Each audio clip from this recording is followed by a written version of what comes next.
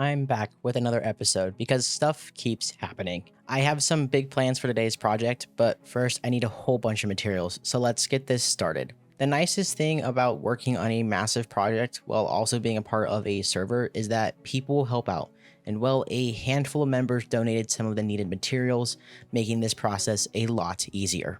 Some of the materials donated included a few stacks of brain coral blocks, which I made a giant pillar out of to let them dry, before I went to gather up what was a few stacks of bone blocks, which thanks to the skeleton farm, that was also an easy task to complete. And now we get to the more time consuming part of material gathering I had to do. So down into the caves I went, where I gathered up a bunch of dripstone and diorite before gathering up some smooth basalt and calcite.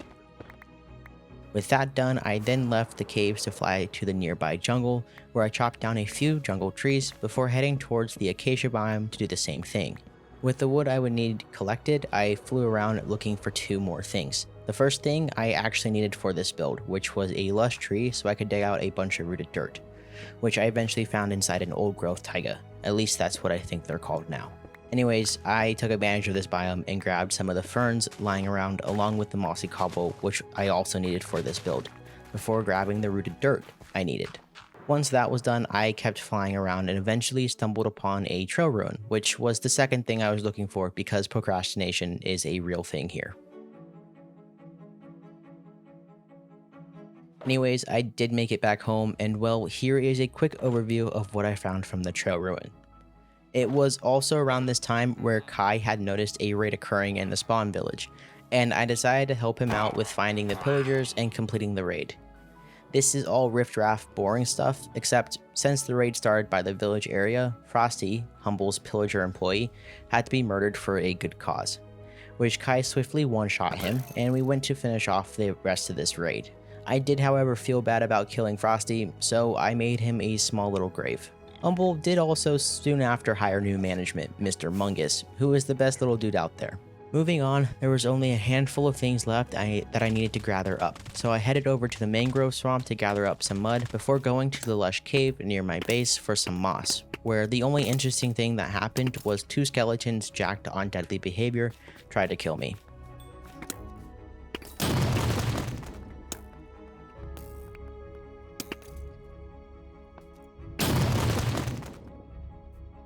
Once back to the surface, I started planting a bunch of mushrooms to gather up a ton of brown mushroom blocks and mushroom stem blocks.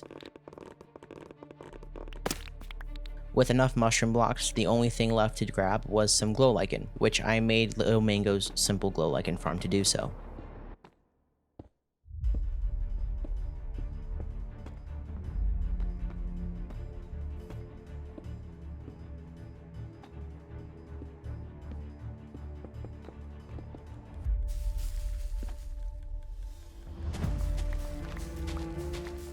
After staring into the abyss some more, I found myself in the nether, with one goal in mind: netherite. Now, although this took me like an hour to do, we're going to be speedrunning this thanks to the power of editing. So basically, I killed a bunch of mobs, opened up a load of different chests, flew around to like 5 different bastions, eventually died to a brute,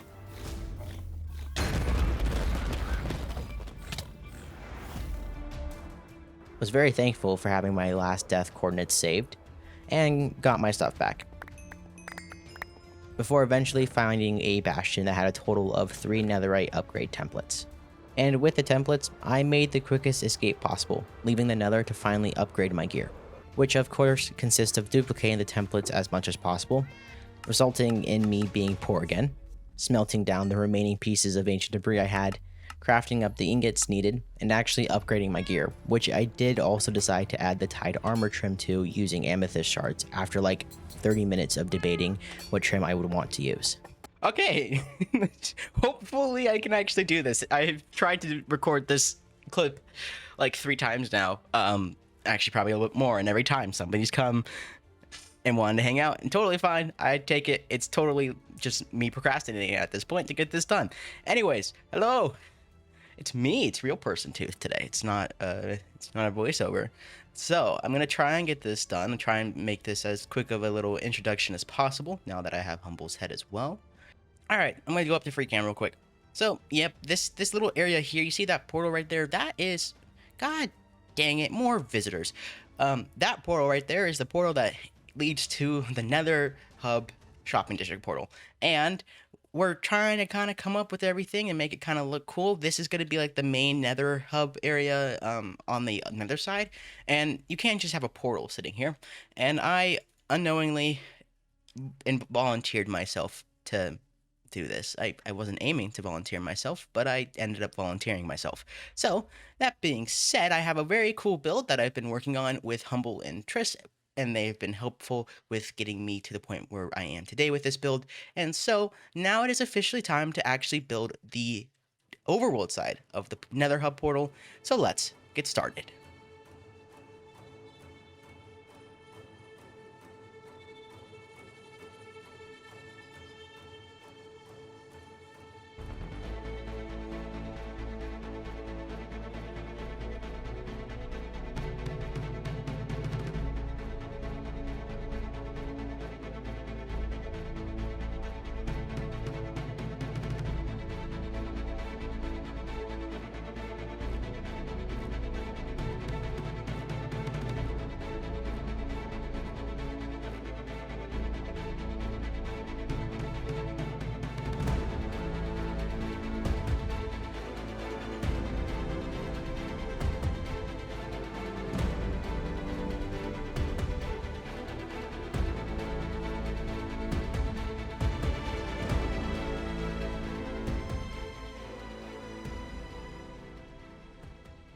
With the Dragon Skull all built, I heavily debated what to do with the surrounding area, as I didn't want a fossilized skull to stand out too much within the terrain.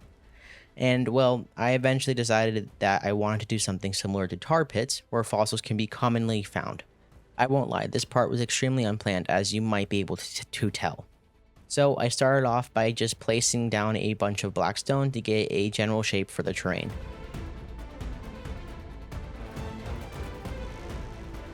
Once I had the blackstone placed, I began to replace some of it with a mixture of cobble deep slate, obsidian, crying obsidian, and skulk, which allowed me to blend this terrain better to the blocks used within the skull.